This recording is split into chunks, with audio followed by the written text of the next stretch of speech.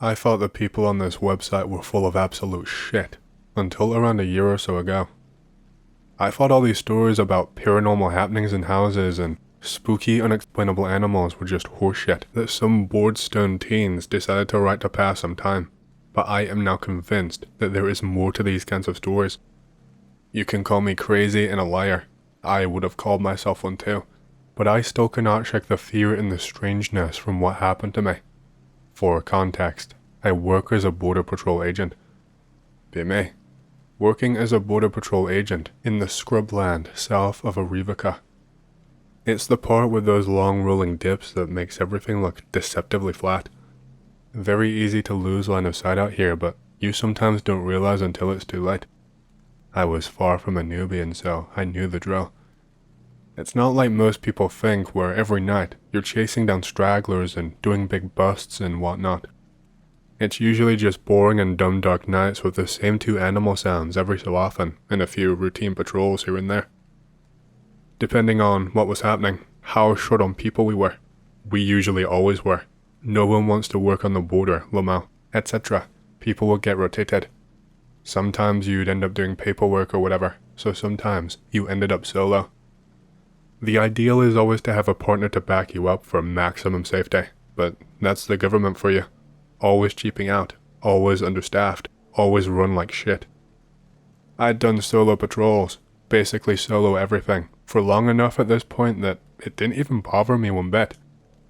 Sometimes it was exhausting to have to try and force a conversation, even if you knew the person well. Sometimes just being silent with your own thoughts was the most peaceful and interesting thing. This was another one of those nights alone. I think my partner had family trouble or some shit. No one else was in town or near enough nearby. Bosses basically said, "We don't care, just get to it." I didn't even bat an eye. Not surprising to me at all. I just got on with my night. It's such a cliche thing to say in retrospect about these kinds of things, but that night really did feel off before it even got started. Just this unexplainable gut feeling that I was gonna run into trouble. My anxiety told me cartel activity, but I really hope not. That's another weird thing. Cartel activity is unfortunately common as dirt around this area. Human trafficking, gun running, drug smuggling, you name it, and I have seen it 100 times over. But this last 2 weeks or so had just been completely quiet. Not a sniff of anything and no kind of intel about anything either. It's like every cartel member dropped off the face of the earth at once. Around midnight, I took a routine patrol. I needed to stretch my legs desperately. The wind was pretty strong out here, and it made hearing quite a task. I always had this intrusive thought that someone was going to sneak up behind me without me hearing. I just had to shake it out of my mind and man up though. I was walking around and checking this drainage area. We had actually found a few prints there earlier in the week, but they never led to anything. There were little bits of torn fabric caught on some branches, definitely civilian, and some boot treads where agents had walked through before. The fabric wasn't new, so it was no cause for concern. I had been out long enough and I made my way back to my truck. And just as I was about to get in, I caught a glimpse of some movement in the side view mirrors. I shit my pants and whipped around and took a look as fast as I could. Further down in the wash, I could see 2, maybe 3 silhouettes speed walking. They weren't sprinting or trying to get away from anything, but they were definitely moving at a hurried pace. They were probably around 100 to 150 yards away ahead of me, and I started shouting at them to stop. I gave the usual commands, announced myself, blah blah blah, but they didn't so much as look up at me. Weirdly enough, they didn't start sprinting away from me either. Usually it's either one or the other, negotiate or flee. Well, sometimes it's fight, but I was really hoping that was not the case today. I started jogging after them. This was to not tire myself out too quickly, give myself time to react if I ran into trouble, and if you know anything about the Arizona desert, shit gets hot in the summer, even at night. With the uniform and the gear, you do not want to be sprinting if you can help it. I had my flashlight on but kept it low to the ground. There were fresh tracks for me to follow.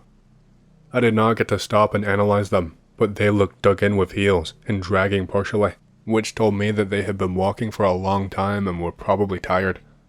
That might explain them not running, These fuckers think they can just hide from me. The wash climbed gradually toward a ridge, and they were heading straight up it. I did not want them to crest the top, because that meant losing line of sight, so I picked up the pace. My lungs were already hot from the climb, and the air felt heavier with every step. When I got near the top of the ridge, I slowed down and tried to listen. I couldn't hear a damn thing. The whole area was just stone silent. No wind sounds, no wildlife, and certainly no footsteps coming from these people. I was beginning to think that they had evaded me. For one last second I thought maybe they'd dropped down out of view and crossed, so I climbed the last bit and looked over. And that was when it all went to shit, and I froze and shit my pants at the same time. There was no trace of anyone there, but what I did spot, only a few feet away, were three glowing blue orb or sphere-like things. They were hanging a couple of feet in the air, floating there, just bobbing up and down on the spot and around, and almost visibly vibrating. Like, I could see the air around them kind of distorted and almost rippling like you would see water ripple, which I know is completely impossible. The naked eye cannot see things like this. The naked eye cannot see air vibrating. I was just instantly caught in this dumbfounded state. They were probably around basketball sized, and when I first looked over, the brightness from them almost blinded me, but I managed to adjust my eyes, or rather, it seemed like they actually dimmed themselves to allow me to see them. I must have stood there for a few minutes, but it felt way longer. They did this almost dance, but to each other. They would make the air vibrate and pulse in different patterns, while circling each other or moving in different ways. I could actually feel it. The air displacement, the vibration inside my body. It was so powerful that I could feel it from a few feet away actually. I was rooted to the spot, just watching this. I guess you could say they were communicating almost. I mean, that's what it looked like anyway. But then I started to get a really bad feeling in my stomach. Just this existential dread. Their dance had stopped, and even though they were just floating balls of light and whatever else, it felt like they were looking at me. I know that does not make sense, but I could feel holes being bored into my head. And then I felt this aching feeling in my teeth. Just light at first, like a little bit of toothache. And then I felt the sensation, the vibrating sensation, in my legs, traveling up them, up to my arms and my head. I was starting to feel pressure being placed on my eyes, gradually growing more and more until I could swear they felt like they were about to burst. And then it got into my head, to my brain.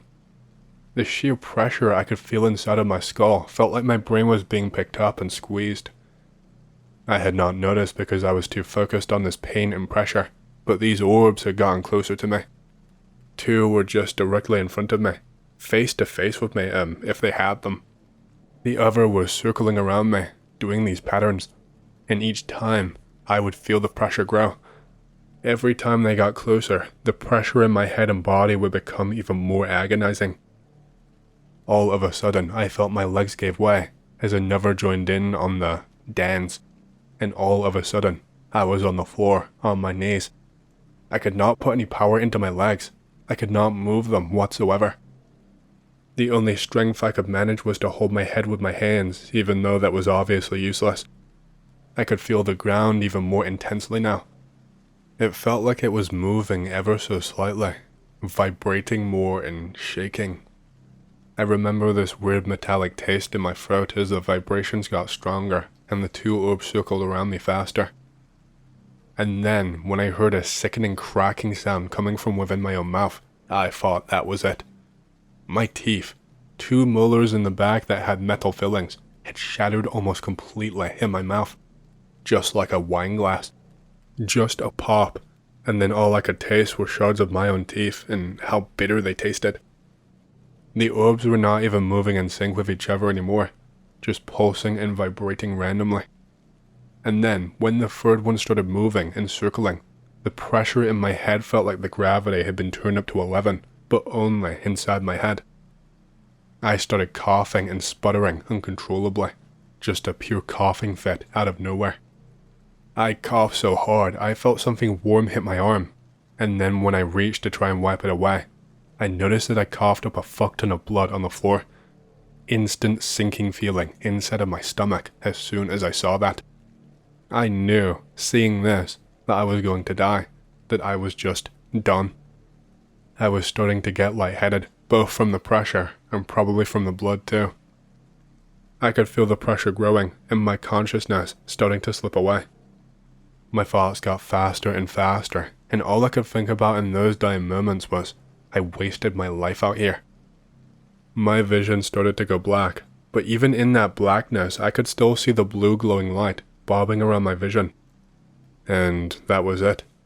The next thing that I knew, I was standing on my feet again.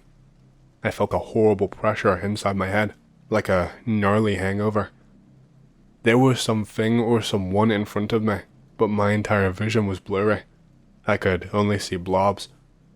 I was being shaken back and forth by something, again and again and again. Then my hearing started to come back. I heard this high-pitched squealing kind of sound, before the sounds of the desert and the animals faded back in slowly. And the sound of my partner. He just kept repeating over and over, asking if I am okay, what happened, what is wrong with me, etc. The blurriness of the horizon started to fade, but I could still see faint bits of blue bouncing light, just small spots all over my vision. It was like I had come back to life all at once, and I just started screaming. Where did they go? And my partner gets me to sit down and tells me to calm down. And then I suddenly remembered he was not supposed to be on shift. I was like, what the fuck? He told me he was actually out assisting another agent, some kind of emergency response. I asked how long he'd been out looking for me. He told me he wasn't. He said he found tracks in the dirt and followed them until he found me. Said I was just walking circles in the desert over and over and kept going back on myself, looking dehydrated and like I was about to drop dead. He said I looked almost like a zombie. He said he kept calling for me, but I would not respond. He said he was shaking me for a good 2 or 3 minutes before I came back down to earth. He asked me what happened to me and if I'd maybe hit my head or gotten into a bad spot with no water, and that's why I was just walking around aimlessly. I told him no, that I was following 3 people trying to cross, that I chased them and lost them. He immediately told me he never saw anyone or even any sign of people, that he had been over that way. I tried to tell him the rest, but I really was not making any sense. I told him about the lights and the headache and the falling down and the coughing and the passing out. It must have all come out slurred together. He gave me the most concerned look I had ever seen. I asked him what time it was, and he told me it was nearly 3. My wristwatch was stopped. 12:42. Same time it was when I first stepped out of the truck and followed those people. He put my arm around him, and he walked me back to the vehicles. After I had sat down, something just kicked in, and it was hard to pick my legs up and move them again. They just felt incredibly tired. I kept trying to replay the day in my head, but it felt like I was missing something. My brain felt like Swiss cheese. I could not remember huge chunks of the day. We got back and he told me to get home and get some rest, that he would cover for me. He told me he'd need to write an incident report and needed me to sign my name. I gave him a kinda confused look with my head turned to the side. He pushed a slip of paper in front of me and handed me a pen.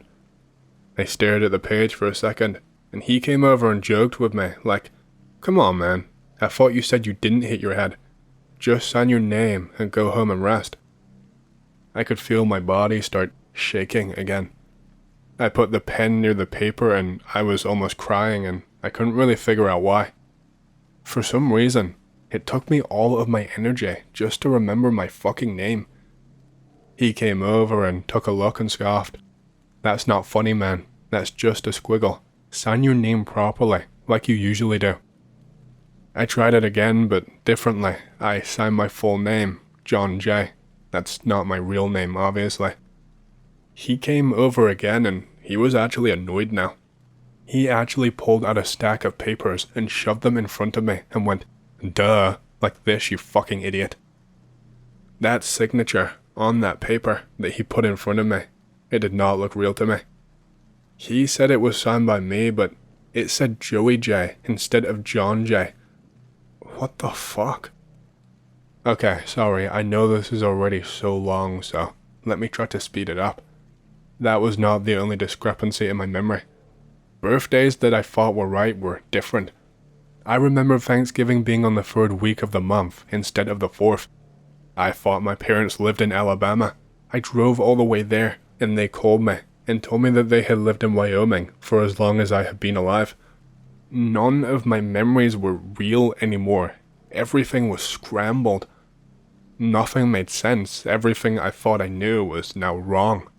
But that first one, my name being different to what I remembered, that's the one that fucked me up the most. And no one, no matter how much I cried, begged, or pleaded, would believe me and thought I'd had some kind of psychotic break. I have, one last thing. I was straight back to work basically the night after. Like I said, short staffing. They could not afford to lose me, and I was living paycheck to paycheck, so I could not take any time to recover. My partner was back with me that night. He told me he had done some following up after I left, that there was something that I should probably say. I didn't even know what it was, but I already felt a pit in my stomach, and that was just him telling me he had something to show me. Following him up the ridge, I could feel myself growing dizzy. We were following the same tracks that I followed. We got there, and they stopped where I remembered, right where I had my experience.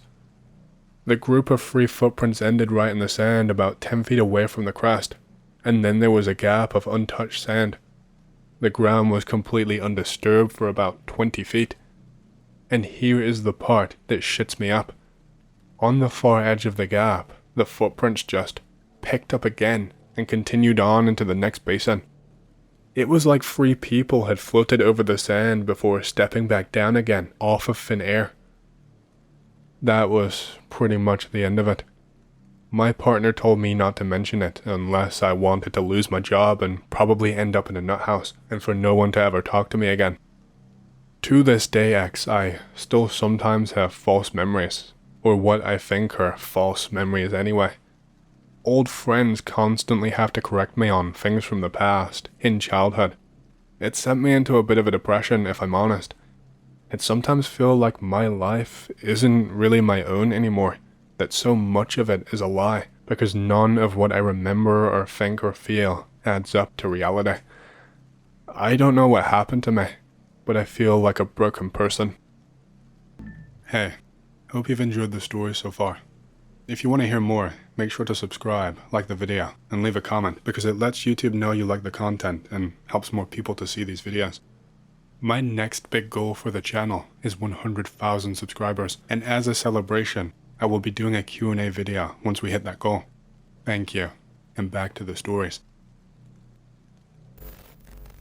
This happened when I was 17 years old. We moved to a new house that's at the border of my city in a big forest. We move in and I'm just chilling cause summer is here. After around a month of living there, one evening while in my room, I look out of the window and I see something weird moving in the forest around 300 feet away. It's around 4 to 6 feet tall, but I can't really make out what it is. I follow its movements. It seems to be going away deeper into the forest. Finally, it disappears. Some random animal, I think, and move on, because I am pretty skeptical with all of this paranormal stuff. A couple of days after this, I wake up during the night at around 2 a.m. I hear some kind of a squealing noise, so I go check out the window, but I can't see anything. The noise continues for around 30 minutes. I stay awake and try to get a glimpse of where it's coming from, but eventually it stops, and I go back to sleep. The next morning I ask my parents about it, but they say they have not heard anything. It could be because their room is on the other side of the house, and I am pretty easily awoken anyway. A few weeks pass by. Nothing special happens until one night I wake up again to this squealing noise coming from the border of the forest. I decide I am going to prove myself that there is nothing weird there, that nothing is going on. I grab my baseball bat and sneak outside. By now the squealing has stopped, and I start slowly walking towards the forest that is around 30 feet away from our house. It's pitch black. I can't really see much, and I regret not taking a light source with me. Slowly, I get to the border of where the forest starts and try to look around. Suddenly, there is a very loud squeal from maybe 3 to 4 feet away from me. I freak out so bad, I faint. Never had I fainted prior to that. What feels like 20 to 30 minutes later, I wake up. After a couple of seconds, I remember what I was doing. I get up and storm inside, ASAP. I wake up my mother and my father and tell them what's going on. They just tell me that my mind is playing tricks on me. Go to sleep. We'll go check it out tomorrow. The next day, we go check out if we can find any trails or such, but nope. We never find the baseball bat that I had either. These events haunted me for a couple of months, and eventually, I convinced my parents that we should move out. Now, a few years later, I still have no idea what the hell it was, but I haven't had any crazy shit happening after that, so I guess I am sane after all. I had reoccurring dreams. Be me, I'm probably 5 years old when this happened. I always have the same dream. It's always a clown chasing me around, taunting me. It looks exactly like the clown from It. It only looks the same, with the same voice, but it's not like the clown in the book. It appears frequently in my dreams, watching me and taunting me. It always appears when I'm with my family. For example, if I was in the yard playing with my brother, the clown might be on the neighbor's porch, watching and yelling and taunting. He is never noticed by my family. The dreams get worse as they go on because my family always would find excuses to leave. Anon, we'll be right back, wait here. Every time they left, the clown would come and hurt me. One day, I decide I've had enough of this crap. In this particular dream, the clown is on my aunt's porch, just sitting there, like a doll. I know he's watching me, but no one believes me. We are inside. I know the clown is waiting. Mom, the clown is here. Please help. Okay, Anon, calm down. Let's defeat him together. Hell yeah. We start to head outside to the porch to get to the clown. I walk through the door first. Mom closes and locks the door, leaving me outside with the clown. What the fuck, Mom? I can't believe my mom would do this to me. I feel so sad. Enough. I know it's time. The clown is here. I look towards the chair the clown was sitting in. The clown is gone. The chair is rocking. He's out here. I look and eventually he shows himself. I lunge at him. Damn you, clown. I start screaming at him and punching him. I somehow get in a bulldozer and run him over. Okay. He is incapacitated on the ground. I jump on him and keep punching him over and over. I yell at him, punching. He isn't moving anymore. One final punch and he disappears. All I'm punching is the mud now. The clown is gone forever. And ever since then, I've never had the clown reappear in any of my dreams or nightmares. Be me, age 10 or almost 11 when this happened. I have a bad dream one night. The dream is some sort of a family gathering. Everything feels normal at first. Ugly creatures start to appear among guests without explanation. Skinless human form with insect-like features, wet with secretions. Creatures have strained breathing as if constantly choking on mucus. They seem to fit in with the rest of the guests. No one notices. I, however, am terrified beyond belief. I am frantically trying to call attention to the creatures. Everybody is just happy, chatting, smiling. It's as if no one can hear me. I cry so fucking hard. Every so often, the creatures make sickening physical contact with me. Rub all over different parts of my body with their gross mandibles and hairy appendages. Arms, legs, back. The feeling is very visceral, very lucid. The strange thing is I know I'm in a dream, but I feel trapped inside of it, as if I wasn't allowed to wake up. I feel myself in my body wet my bed. I can't wake up. My physical body is completely paralyzed, as if being held down by an oppressive weight. I can't find my parents in my dream. I am screaming and crying, but no one can hear me, as if I'm the only one that can hear my own voice. Suddenly, one of the insect creatures takes a special notice of me. He looks at me with fierce animal-like anger. The thing doesn't speak, just clicking and buzzing noises, but I can somehow understand it. They say something about if I expose their existence, then this is the end of me. They threaten to rip me to shreds if I continue to protest. All of the insect creatures laugh at me as I try to compose myself as if nothing is wrong. They continue to torment me with their bristly appendages and laugh. The dream continues. I am in mental anguish. Suddenly, out of the corner of my vision, I see a man in a clown costume. Clown man looks very, very sad. Not fearful looking. For some reason, the clown man is just very sad. I try not to garner his attention. I just try to act normal. I can somehow feel that the clown man is looking at me. I slowly turn and there he is, staring with his sad face. I am somehow able to send him a telepathic message that everything will be okay. The clown man in my dream looks up slowly at me and gives me the biggest, warmest smile. The clown man's smile actually gives me comfort, despite the horrifying insect creatures invading the gathering. As one of the insect creatures is fondling me, the clown man approaches. He grabs the insect creature and tells it to leave me alone. Something about he's not yours or you can't have him. The insect creatures hiss and just start to kind of vanish. The clown man looks at me and smiles. I return the smile. I wake up at that very instant, feeling a great deal of joy in my heart, despite the horrific scene that played out. Realize I'm covered in sweat and pee. I quietly get up.